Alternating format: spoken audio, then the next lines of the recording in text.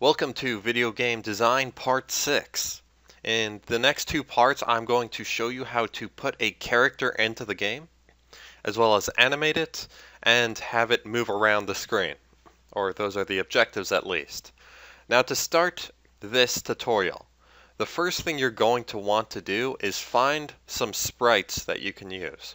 So what I mean by sprites is if you go online to like Google Images, and I'm hoping that the internet at school isn't too blocked, you can find different like 2D characters and motions and like animations, like this is pretty cool, of like characters doing things. None of us are artists, or most of us probably aren't artists, so you might not be able to create your own original character. If you want to, that's fine. But if you look online, and I just typed in like sprite game, I'm sure there are other things you can type in. Find a character with some motions that you like. And then once you've done that, like I chose this one, you don't have to choose this one, it's just the one I chose. I viewed the image and then I saved it to the desktop, and then once it's on the desktop, what you want to do is open it up in Paint. So I opened it up in Paint by going to like File, Open, Desktop, opened it up in Paint. And now I have my sprites here in my Paint menu. Now, while experimenting with this, I realized that having sprites in different images was kind of a hassle. So it's always a good idea to make sure that all your sprites controlling your character are in the same Paint file. So since I think his name's like Ash or Satoshi or something, is only moving in the right direction, we also probably want him moving in the right or in the left and up and down, so on and so forth. So I'm just going to use the Paint Select tool, select this, and I'm going to copy it, and then I'm going to paste it, and I'm going to take a copy, move it over here. You can right click on the image, go to rotate, and I'm going to flip this one horizontally.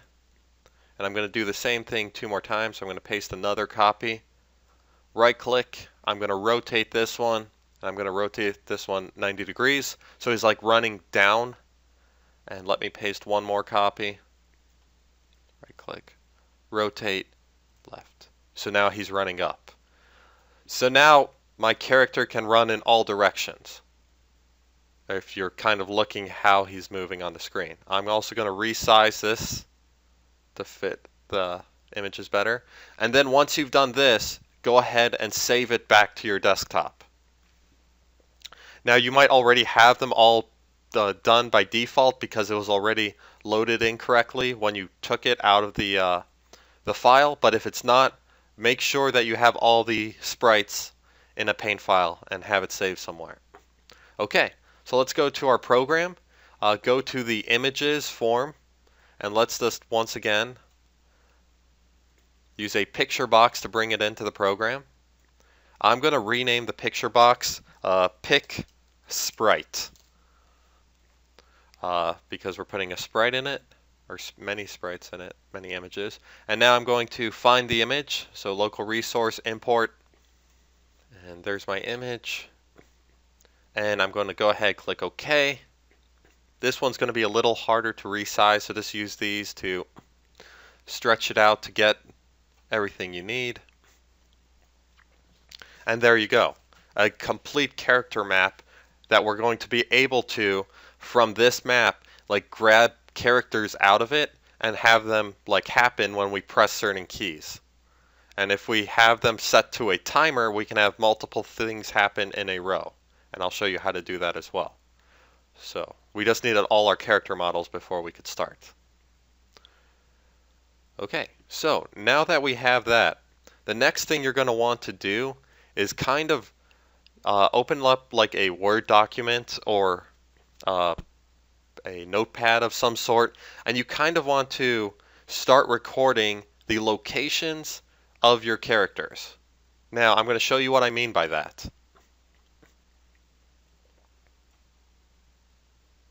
If this opens up correctly, I'm going to show you what I mean by that. Okay, with Paint open, if you notice when you move the mouse, down here like where my mouse is right now, it shows you the location in terms of pixels. So closest to the point here, that's 0, 0, and then as you move out, it tells you different pixel counts, just like Visual Basic does, or like how you can control things with pixels. So if you wanted to grab out a certain character, let's start with the, let's say him running in one of these directions. I would go from like the start of where I wanted to draw this. So right now I'm at 11 pixels in the X direction to where this guy stops. So I'm going to move all the way to his other side to where his like shoe clicks in, and that's at 43 pixels in the X direction. So on my chart here, I'd say X goes from 11 pixels to 53 pixels. And then I would go for the same character, and I would go to, now I'm recording his Y direction. I'm going to go from like the top of his head. So that's giving me down there 100 pixels. And I'm going to scroll to the bottom here, and I'm getting a reading of 155 pixels. And remember, the readings are showing up over here.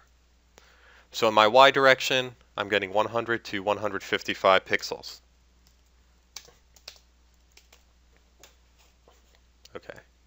I'm going to do one more, and hopefully you can see it a little bit more clearly. Let's do this guy next. So his X direction starts at 42 pixels, and it ends at 88 pixels. So 42 to 88 pixels, his X. The numbers here are from before when I did this, since I've been experimenting with it a little bit. 88 pixels. And his Y is from 103 pixels to 156 pixels. 103 pixels to 156 pixels. To 166 pixels. Okay, so what I'd like you to do first is go ahead and grab one image from each direction. So one when he's running left, one when he's running right, one when he's running up, and one when he's running down. And if your character is different, just do the same with your character. And also get one picture when your character is stationary, like this guy. So he's like stationary holding the Pokeball. Get a stationary pixel count from like the start X to the end X, and the start Y coordinate to the end Y coordinate. So you can pause the video at this point to get those numbers. Be sure to like write them in a Word document, and it might not be a bad idea to just say like these are for X, or if these are for left, if you wanted not to forget which coordinates were controlling what.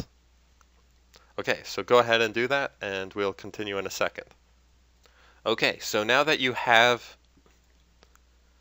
your pixel counts and your pixel locations that you just recorded, the next thing we're going to want to do is we're going to want to put the code in here to, import this into the code as graphics, just like we did for the background. So I'm going to head back to the form, and where we're creating our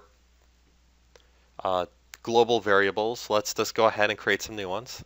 So I'm going to put some spaces here after our water. It shouldn't really matter where it's at. And this is going to convert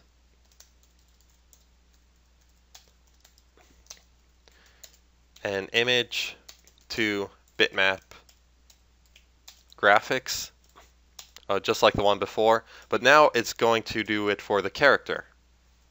Or if you wanted to write like main character.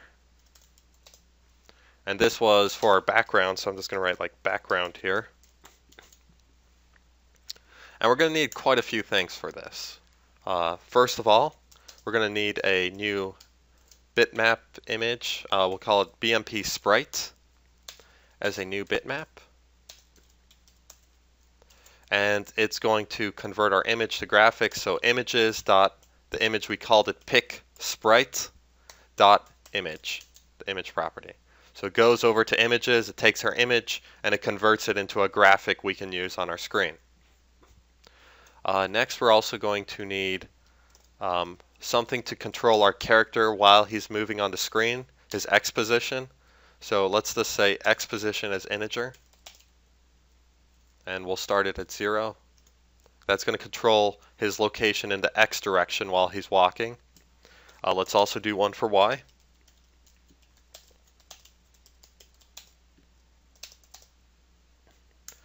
Let's do one that's going to control his movement speed, let's say, movement speed. And if you remember, each tile was 32 pixels wide. And if we had him moving at 32 pixels every second or so, he would move across the screen way too quickly. So for now, we're going to just write 8. And that 8 is going to represent that he moves in 8 pixel increments. So it's going to take him a little bit of time to cross through an entire tile. But if you wanted to speed him up, you could, of course, increase the pixel count, or the number here, which we will convert. And that's as an integer as well. What else do we need? Movement speed. We need a way to store what movement is happening. So let's call this int movement as an integer. And we'll set it to equal 0. So what this is going to do is when we type in a command, like if you think about Minecraft right now, I think W moves you forward. If you press it on the keyboard, A moves you left, S moves you back, and D moves you right. So that's going to control it. And if we're going to say up is 1, left is 2, down is 3, right is 4, or something like that. Whoops. So let's have that as 0. And then we're going to probably want also to store in our last movement as an integer. And the last movement is important because when we let go of the keys, or when we're not pressing any keys on the keyboard, we want our character to be making some kind of pose, like the resting pose. So last movement's pretty much the last thing that happens, and we're going to have it stored in here so our character knows when they're supposed to rest.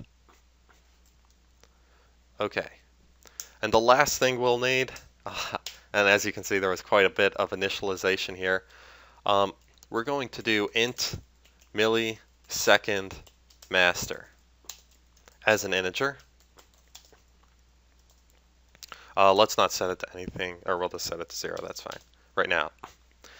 So what this is going to do is this is going to break apart each second into a bunch of milliseconds. Because right now when we animate our screen, and if we look at our background, it takes 1 second to transition from one frame to the next. But with a character's movement, we cannot have an animation happen just every second, because it would be going way too slow. The character wouldn't be fluid, and it would look really fake and bad and everything. So we're going to need to use milliseconds to make the character move faster by saying every animation is going to happen in 50 milliseconds. So then he can do a lot of things in the span of 1 second. Okay, so we're going to go ahead and minimize a bunch of these because our code, as you can notice already, is getting really large. There's a lot of things going on. So just minimize everything by clicking on the side arrows or the side negative signs. Now our code's all condensed. We know where everything's at, and we can go to it very quickly if we need to. Okay. We're going to first need to load in the declaration, just like we did for the the mouse click, but now we're going to need one for keyboard. So let's open up the main form. Click inside of it, and we're going to need key press. So this means when you press on the keyboard, something happens. So key press, and it's going to create the key press event handler for us. And let's go ahead and start coding this. So we're going to need the E over here. So if E dot key char So if the character we click on, that's what this means, e.keychar. If the character we click on is the W key, whoops, let's do a lowercase w since you don't have caps lock on, then we want int movement to equal 1. Else if e.keychar is equal to s, then we want int movement to equal to 2. I'm going to copy this 2 more times, and we're going to have this one be the, let's do the A key, and that's going to be 3. And that's the D key, and that's 4. Also put a note next to it so you don't forget what each of them is. So W means up, like your character's moving up. S usually means down. A is left. And D is right. So now when we press one of these keys on the keyboard, our program is going to get that input. Let's go ahead and see that input. Open up the, I believe it's the game loop. Nope, not the game loop. Close the game loop. Open up the, open up draw graphics, that's it. And let's add a new condition here to the end of that. And VBCRLF.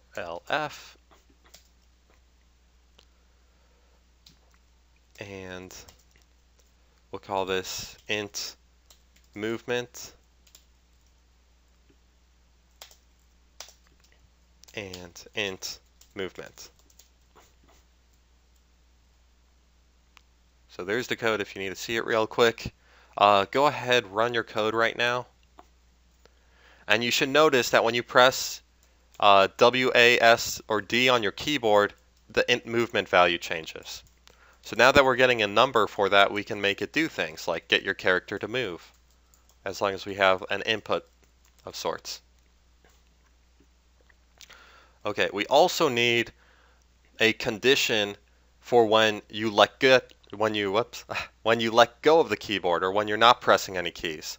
So go back to your form load, go back to your declarations over here, and look for key up, which means when you're not pressing any of the keys, when you're lifting up your hand from the keyboard. Key up. Click on that. You have the key up event handler created over here. And now we're just going to set this to int last movement equals 0. Oh, and I think I forgot something here as well. But the last movement is 0, which means we let go of the keyboard. So 0 is the default condition, or we'll just say the character chilling out. Because at 0, the character is not doing anything. You've let go of the keyboard, and it's stored in int last movement. For these, once we set int movement equal to a number, let's just store that in int last movement over here. So int last movement is equal to int movement. So that we don't need to create like we don't need to detect for 2 different variables. We just need to detect for int last movement in our main code. In our main code over here. Okay, so we got our character going up, down, left, right, and chilling out as well. And let's actually change that over here also to int last movement. Int last movement. Let's give it a run to make sure it's working. So now if you hold down a key, it should keep the number, but if you let go of all the keys, int movement should go back to 0.